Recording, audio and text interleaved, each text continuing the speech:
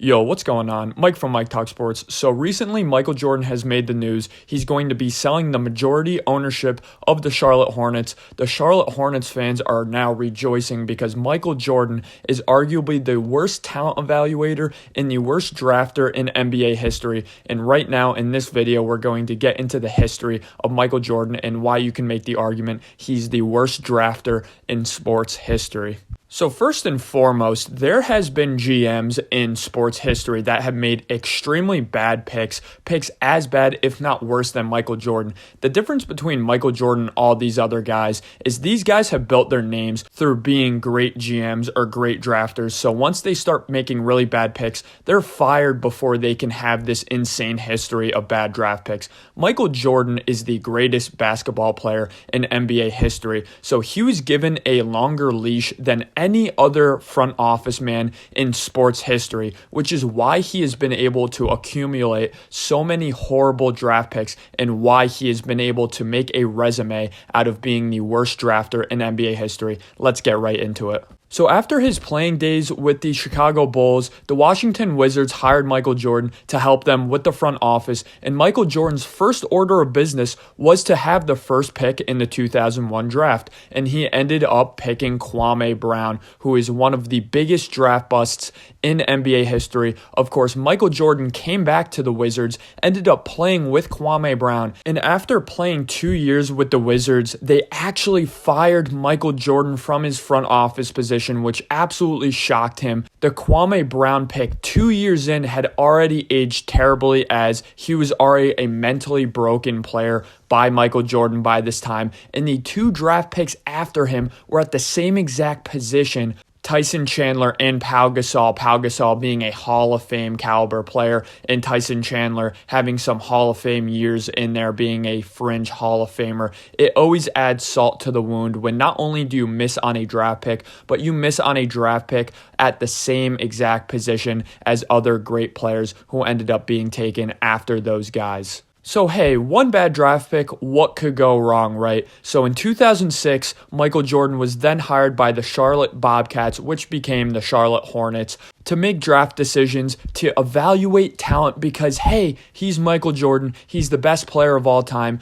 Doesn't he have a great eye for talent? Well, little do they know, he had a horrible eye for talent. So his first order of business was to have the third overall pick in the 2006 draft, and he ended up taking one of the biggest busts in NBA history, Adam Morrison. Horrible pick, couldn't play immediately in the NBA. He was supposed to be the next Larry Bird, and he ended up not panning out at all. Some notable guys taken after him, Brandon Roy and Rudy Gay. So in 2007, he had the 22nd pick in the NBA draft. Nothing too crazy. He picked Jared Dudley, who kind of floated around the league. He's most notable for getting into some weird beef with a young Ben Simmons. Not really a good draft pick there. You would think, hey, the 22nd pick in the draft, there's no other good guys picked right after him, right? Well, right after him was picked Wilson Chandler, who is a really good wing for a long time in the NBA. And then, of course, fringe Hall of Fame talent Marc Gasol was picked after that as well. In 2008, he had the 9th pick in the NBA draft, and he drafted a guard, DJ Augustine, who is pretty solid, but again, not the best draft pick at the time. He could have had Brook Lopez, who still to this day is an incredible player. He might win Defensive Player of the Year, and he was picked all the way back in 2008. And Serge Ibaka, who is a vital part of those really good Thunder teams, who is a big part of that championship Raptors team. In 2009 now, he had Gerald Henderson with the 12th pick in the NBA draft. Again, not a horrible pick, but it always really hurts when you're trying to draft that defensive 3-and-D mold, a guy who can really bolster up this defense, because at this time, the Hornets had a really bad defense. They're known for giving up an insane amount of points. They could have drafted Drew Holiday, who arguably to this day is the best perimeter defender in the NBA. They also passed on a guy like Taj Gibson, who is a really good defender for the Bulls. So you think it's been bad so far, guys. In 2010, he had no draft picks, but in 2010, it went from really bad to even worse, because Michael Jordan went from a guy with a front office position to buying the majority stake in this Hornets team. So he went from having a lot of power that was also checked to having unchecked power. So this is where we really see this Hornets team go from really bad to even worse. In 2011, he had the 9th pick in the NBA draft, and he drafted Kemba Walker. I love Kemba Walker. I'm a Connecticut native. Kemba Walker is one of my favorite players growing up. But let's be completely honest, guys. In hindsight and in foresight, Kemba Walker is a very small guard that is not indicative of winning playoff basketball games. Michael Jordan knows this. We all know this. Kemba Walker is a great example of a great player on a horrible team. Once he goes to a good team like the Celtics, like the Knicks, he's going to get absolutely exposed because he doesn't have a good, efficient play style from an offensive perspective, not even a good three-point shooter. And on defense, he's an absolute black hole. Who could they have drafted with that 9th pick in 2011? 2 other guys that went near the lottery, Klay, Thompson, and Kawhi Leonard. Huge miss, to say the very least, for Michael Jordan in his first year as the majority owner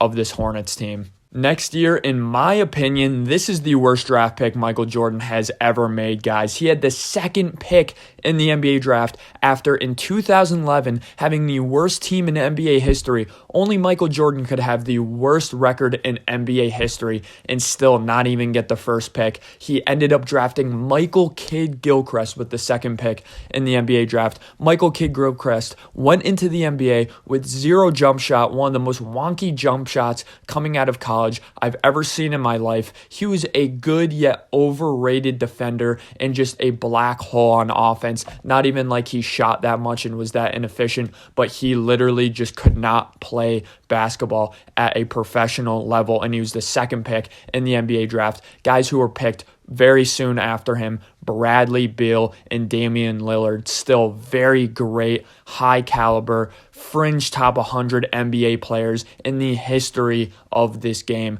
Crazy draft pick by Michael Jordan, one of his biggest misses. So in 2013, he had the 4th pick in the NBA draft, and he drafted Cody Zeller, a big man, this big, awkward white guy out there. Let's be completely honest, never really had a good NBA career. He could have drafted CJ McCollum, and I'm not going to fault him for this too much, but he could have drafted another guy who was picked in the lottery, Giannis Antetokounmpo. I don't even need to explain what Giannis Antetokounmpo would have done for Michael Jordan's legacy in terms of drafting. If he ended up making all of these horrible draft picks but hit on Giannis Antetokounmpo over Cody Zeller, man, we would be talking about Michael Jordan as one of the better GMs in NBA history, even though all of his other picks were so atrocious. That's what one draft pick could do for you. Michael Jordan, in a 20-year sample size, couldn't hit on a single draft pick. So in 2014, with the 9th pick in the NBA draft, Michael Jordan selected Noah Vonleh, a big man, never ended up being anything in the NBA. He had a good stretch with the Knicks, but that's about it. He could have drafted Zach LaVine or Clint Capella, who Clint Capella was a better prospect at the same position as Noah Vonleh. In 2015, Michael Jordan made his worst decision as the Hornets front office guy. So I just mentioned that Michael Kidd-Gilchrist was the worst pick he's ever made. The worst decision outright he's ever made is not trading the 9th pick in the 2015 draft. Why? Justice Winslow fell to the 9th pick. Justice Winslow was a guy who was very polarizing coming into the NBA. Some scouts were extremely high on him, projecting him as a top 3 pick. Other scouts thought this kid would be out of the league in 5 to 6 years. Well, those scouts I just named were probably correct because Justice Winslow didn't really end up being anything. But the Celtics were one of the teams that were extremely high on Justice Winslow. Michael Jordan picked up the phone before making this 9th pick in the 2015 draft, and the Celtics offered him 6 picks for this one draft pick, including 4 first-round picks. Michael Jordan turned 4 first-round picks down for Frank Kaminsky. This is absolutely insane. Frank Kaminsky never ended up working out in the NBA, and the Hornets could have had 4 first-round picks, one of which turned into Jaylen Brown. And with this pick, if they even kept it and drafted, they could have drafted Devin Booker. So 2015, one of his biggest blunders, no doubt. In 2016, he had no draft pick. In 2017, he drafted Malik Monk, which, again, Malik Monk is a solid basketball player. I really like Malik Monk, but Malik Monk never really hit his potential until this year and last year on different teams, on different organizations that are not the Hornets. He never really ended up working out under Michael Jordan's wing. There's that famous moment of Malik Monk having a bad decision in a game, missing a shot, and Michael Jordan slapping his player. Imagine any other owner of any other sports team outright slapping their player courtside. Only Michael Jordan, right? So instead of Malik Monk, they could have drafted another shooting guard in this draft class who was significantly better, Donovan Mitchell. If they wanted to go the big man route, they could have picked Bam Adebayo. In 2018, they didn't really have a pick. In 2019, they drafted PJ Washington. I'm not even going to criticize this pick. It was the 12th pick in the draft. Actually a pretty good pick. Now, the pick after was Tyler Hero, who's proven to be a more valuable player in terms of draft compensation and what the Hornets could end up getting for a PJ Washington compared to Tyler Hero. Tyler Hero was really valued significantly 1-2 years ago compared to PJ Washington. In 2020, Michael Jordan finally said, you know what, I'm done. I'm going to step down as the primary drafter for this organization. And they finally make a good pick in LaMelo Ball. Now, LaMelo Ball is kind of chronically injured, but this brings us to today's point. Michael Jordan will never, ever touch a draft pick in his life ever again. And I hope you guys realize by the end of this video that that is for the better.